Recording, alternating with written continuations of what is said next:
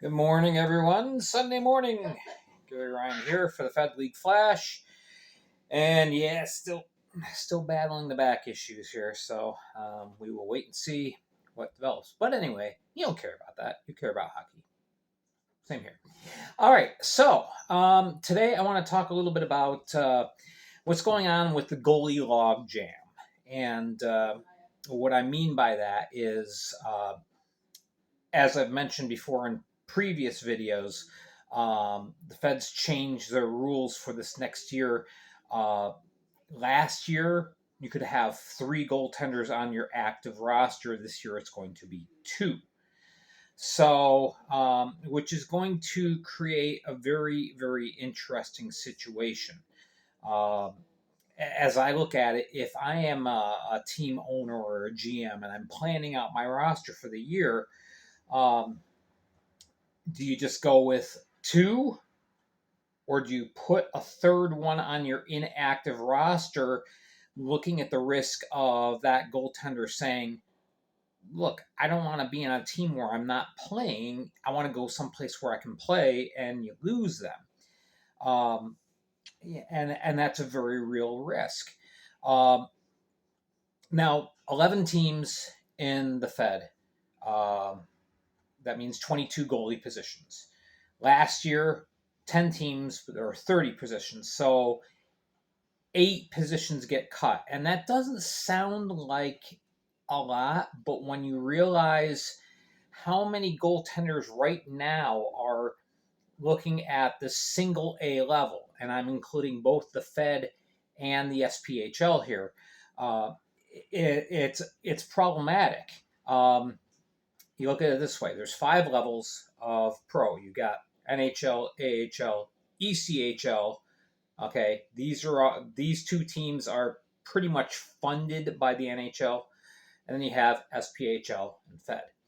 All right, so um, the log jam kind of starts to form on a trickle down theory, um, with the ECHL. Usually with ECHL, one goaltender is on the NHL roster on a 2-way contract. You know, well, if you make the NHL, you'll be making $775,000. But if you're in the minors, well, this is what you're going to be making. And during camps, everybody kind of gets relegated down. So most ECHL teams, and there's 28, have one goaltender who is in the parent team system, and then the other goaltender makes it from independent means, whether it's a transfer from Europe, or someone out of college, or somebody's moved up from the Fed or the SP. But there's only 28 positions available there, generally speaking. As far as I know, the only league that is going to allow 3 goaltenders on their roster this year is the SP. So, and if somebody knows something different, you can correct me if I'm wrong. I'm not as familiar with the SP as I am with the Fed. So I am not claiming that as fact. My understanding is the SP is 3. But again, don't take that as a fact for me, okay?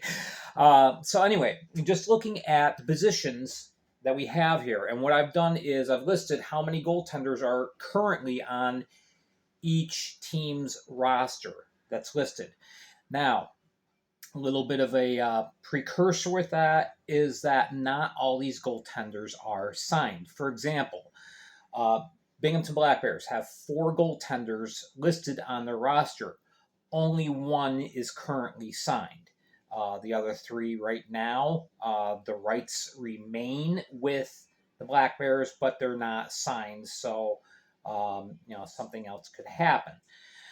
So, we're just going off of these numbers, all right. And I also included the SP over here, with the 10 teams that are there. So in the Fed, Baton Rouge got 5. You've got Babbitt, you got Greg Harney, you got Trevor Martin, Bailey Stevens, and Arne Womans. The Blue Ridge Bobcats have Pavlas, Ian Wallace, and Adam Wisco. Now, Wisco is listed on the roster. he's already committed to playing in Slovakia this year. So the rights are held. He's probably going to have to end up getting dropped by the Bobcats because, again, yeah, the regulations, either that or he's moved on to inactive, and he plays in Slovakia. Black Bears have 4, as I mentioned. Carolina have 4. Mario Cavalier. You have the collegiate graduate Matt Dunsmore. You have Jacob Nidzeko and Greg Hussey. It's going to be quite a competition, I believe, for that backup spot between Nidzeko and Hussey this in September. Columbus has 3. Brendan Colgan. We got 2 guys out of college, Spencer Kroll and Mac Willie. Danbury, they've got the 2, Frank McClendon and Brian Wilson, but they also have Brandon Daig. All right, Elmira, they have 3. They have Spencer Kozlowski, you've got Proudlock, and you've got Rodriguez. Mississippi, you've got none of these guys are signed in Mississippi. You've got Anthony D'Aloisio, you've got Billy McBurney, you've got Liam Murray, Joe Shepard, and Blake Wayrick. Motor City's got 4. You've got Trevor Babin, you've got Eli Bowers, you've got Ricardo Gonzalez, you've got Blake Scott. Watertown has 5. Liskovitz, you've got Michael McHale, Ismail Ralston, Travis Ridgen, and Josh Rosenvig. So all that totals up to 39. So that means 17 of these positions are going to have to get cut by the time we get to opening day, October 13th. So that's a lot of stress for GMs to make these decisions. And also, it's very stressful on the goaltenders. If you have watched Travis Ridgen's blog, Slang in the Biscuit, I can't even talk today. He talks about how, the emotional roller coaster of knowing, well, do I have a roster spot? Who am I with? Going through the free agent signings, going through the expansion draft. It's kind of like, what's going on? And he's still got to earn that spot now in Watertown. There's 5 guys competing for 2 spots. So that's a lot of pressure. And, he's talked about it on his blog. So anyway, you got this. But then, the combined matters, you also have the SPHL. And everybody there. You have Birmingham's got 3 on their list. Evansville 3. Fayetteville has 7 listed on the roster. Now, some of these roster lists may be reflective upon last year, but this is what I found when I went to each team's webpage. Huntsville 6, Knoxville 3, Macon 11. Pensacola has 3, Quad City 6, Roanoke 6. So, all that totals to 51. There's only 30 positions available, if my understanding is correct. So you're cutting 21. If my understanding is not correct, you're cutting 31. So where do all these guys go to find jobs? Do they go to Europe? Well, there's a lot of people going to Europe. Some European leagues only allow so many imports or North American players. So, do you go back to college? Do you go back to juniors? Are there spots in juniors? You got people coming up through the system. So, there's competitions there. I'm just using a name here as an example. Okay, Riley McVeigh played last year for the Black Bears. Pretty much announced he wasn't going to be coming back to the Black Bears. If he is interested in finding work elsewhere, well, where does he go? Is there an opening in the lower levels? Can he find a job with a junior 8 overage team? That's a tough question.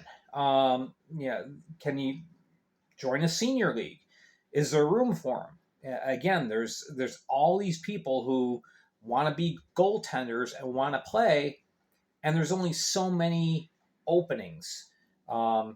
again, going through the 5 levels just of pro here in North America, you got NHL, there's 64 spots. AHL, 64 spots. UCHL, 56. SP, 30. Fed, 22. So, I mean, that's not a lot of room. It's a very, very competitive spot right now. And you've got a lot more bodies and talent than you have spots. So it's a very tough time right now to be a goaltender, especially if you're in the lower levels here, single A.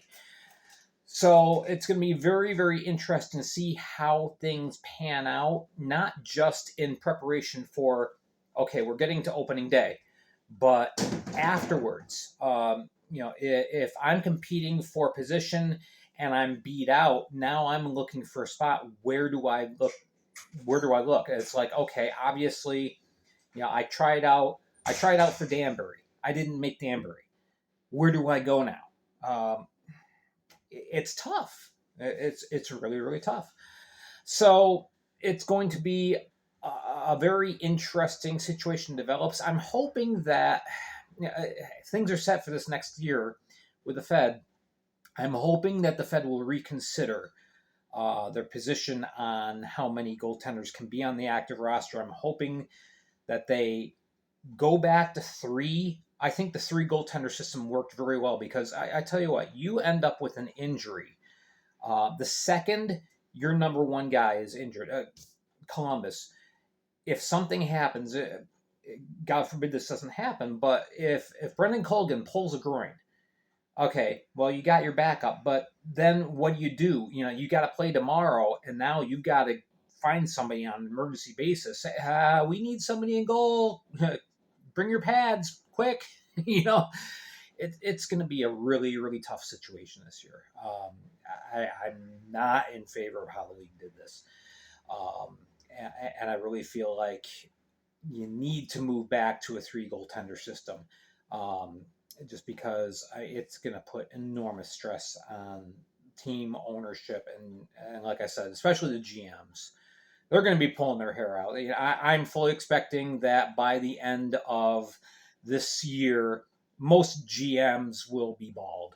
So just from tearing out their hair, just out of frustration and anxiety. What do I do? So it's quite a conundrum. So anyway, that's why I wanted to just take a look at that.